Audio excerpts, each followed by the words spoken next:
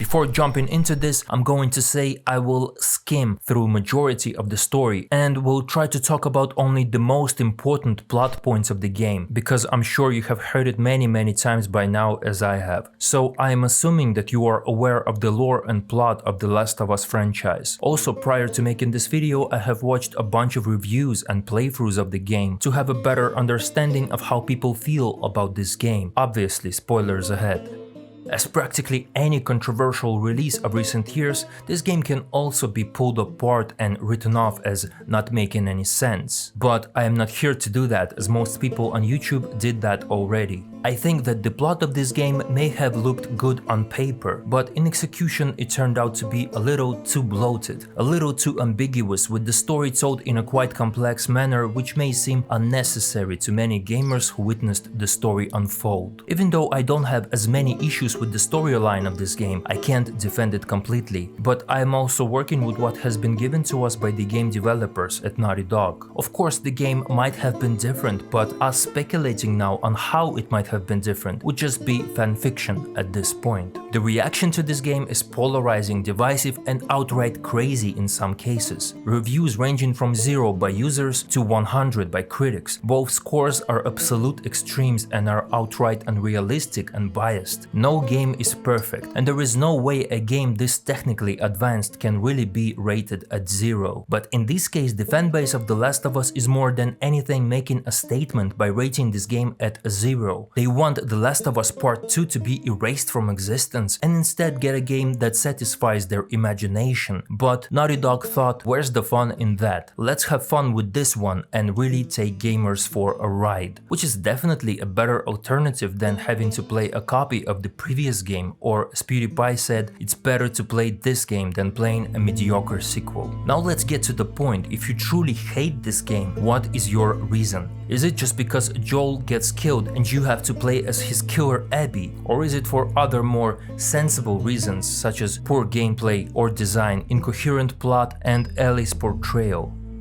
I must start with this outrage around Joel's death. The Last of Us fans defending Joel so passionately reminded me of this quote: "The death of one person is a tragedy. The death of 1 million is a statistic." Joseph Stalin. Joseph Stalin was the leader of Soviet Union from the mid-1920s to 1953, and it's estimated that over 20 million people have died under his regime. Regardless of the fact that this quote belongs to a tyrant, it rings true to Joel's logic when he decided to save Ellie, consequentially sacrificing millions. I personally wanted a sequel to this game as soon as the first game finished, where Joel lies into Ellie's face about something very important, about potentially ending the end of the world, a chance to restore humanity to its former state, even though the people are kind of horrible. But still. And Joel's decision to save Ellie by butchering the fireflies and killing the doctor who could have made the cure for this infection, who happens to be the father of our new character Abby, is understandable on the humanity level, because Joel cared for Ellie. It makes sense to us as well, because we as the spectators of this saga are so attached to these characters. But on a broader spectrum, we are wrong. So was Joel in doing what he did to the fireflies. You see, Joel was not a hero, he was a villain to many people in the universe of this game and has crossed many people, so there was always a target on his back, which led to this outcome that I don't find surprising. Therefore, I don't quite understand the outrage of Joel being killed. Very importantly, his decision-making at the end of the first game is what made it so impactful, and us expecting no consequence of Joel's decisions would be kind of ridiculous. In fact, this is what I wanted to know the most in this part 2 of the game. I wanted to know what Ellie is going to do when she finds out that Joel lied to her about her immunity being meaningless. And you know what? She reacted exactly the way I expected. Her reaction was absolutely believable and in character. Some people say, well, yeah, this was an important plot point, so why do we get to find out about it in a flashback? I'll tell you why, so that you keep playing. I didn't want to know the most important thing in this game in the first hour of the game. I wanted exactly what they did.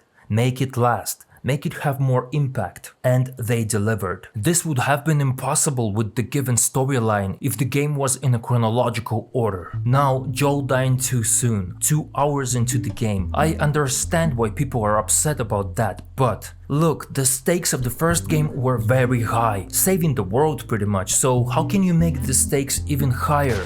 Sure, Neil Druckmann took a very drastic approach in killing, as many say, a beloved character, but the bar had to be raised to live up to the game's predecessor. Now the stakes are definitely very high, because we are all invested in these characters. If the bar would not have been raised, there might have been no need in The Last of Us Part 2. And yes, a lot of things in this game were made for pure shock value. But I don't think that killing of Joel was just that. It was done to make a point and show growth in Ellie, which I will address later in this video. Maybe this outrageous nature of the game is where the game falters, but it's also where the game excels. The killings are visceral, characters are very emotional, and everything is kind of over the top. Besides, we still see Joel throughout the game, even if it's only in the flashbacks, which gave me personally this gut-wrenching bittersweet sensation, and these flashbacks would not have the same impact if Joel was still around. I just don't see any realistic possibility of this game being the adventure of Ellie and Joel. We got that in the first game, and it was done very well, a little too well, because look at the outrage of one of them dying. Important to note that Naughty Dog confirmed Joel will not be a playable character before releasing the game. So what did you expect exactly? He would be sitting in his chair playing a guitar all game long?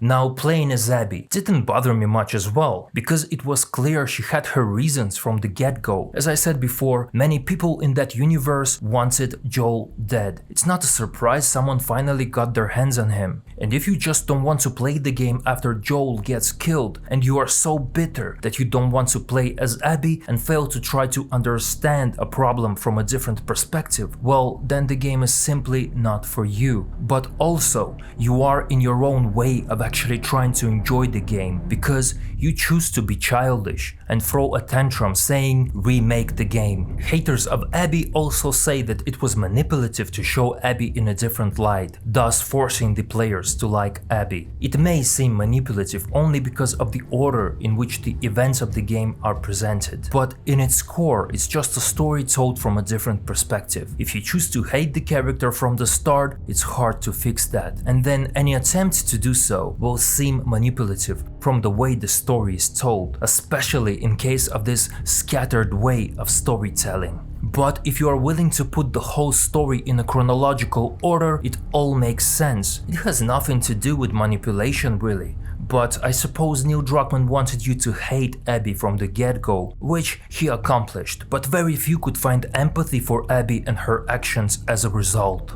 But still, Abby was not presented as a saint either. She had some trouble even within her friend group. However, Abby torturing Joel was done for the shock factor, because we don't get to see her act in this extreme way later in the game. That being said, she probably didn't hate anyone as much as she hated Joel.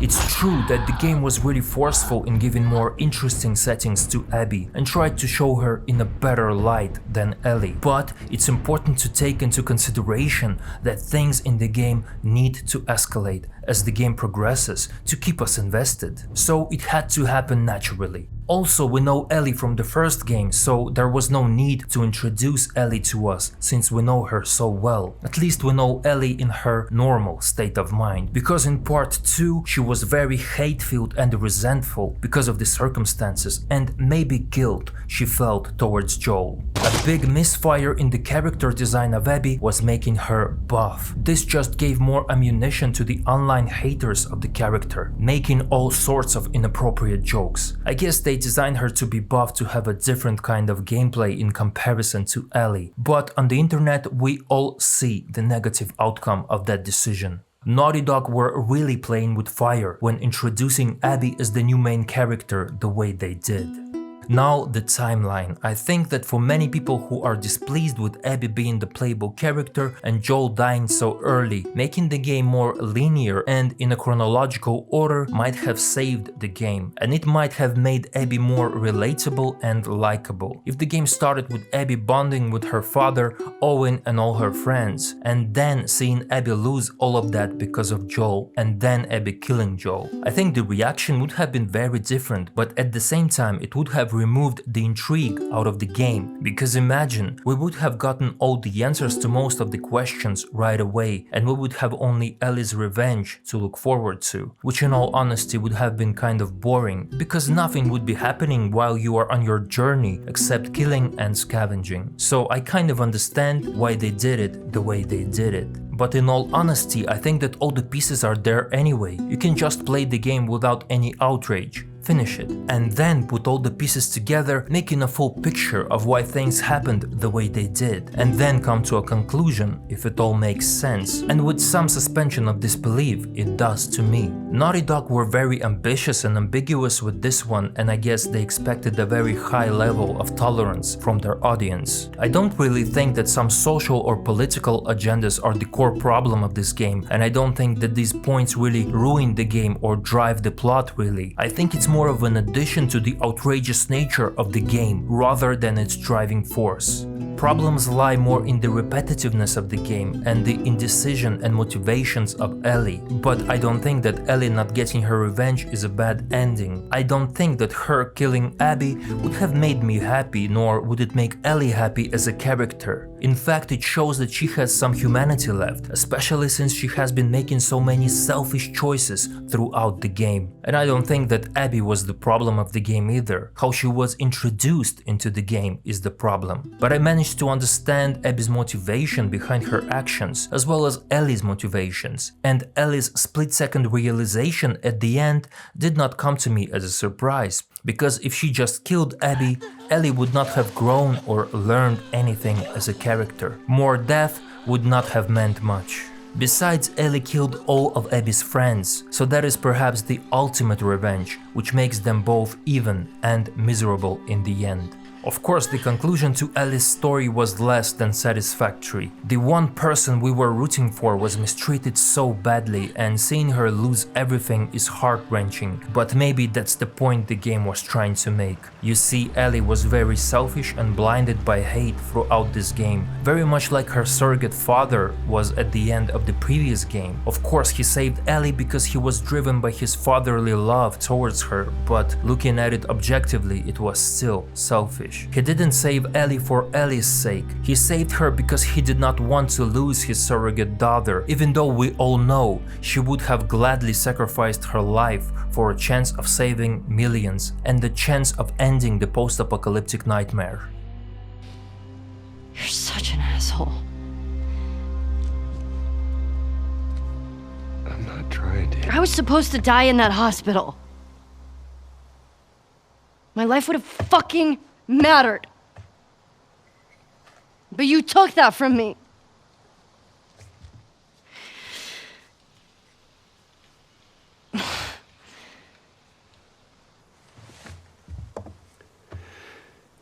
If somehow the Lord gave me a second chance at that moment, I would do it all over again.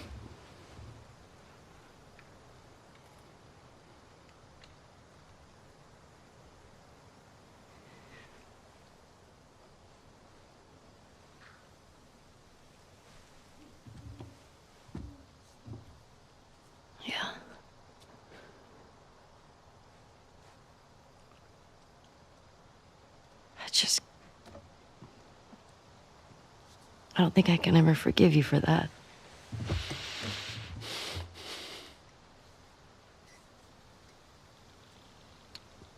But I would like to try.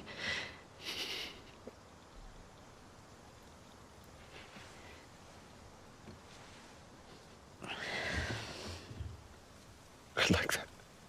This was the last real conversation Ellie had with Joel, and I'm glad Ellie got something out of it in the end. This made her spare Abby. With all the misery Ellie caused throughout the game, I'm glad she left as a bigger person than she was at the beginning of the game.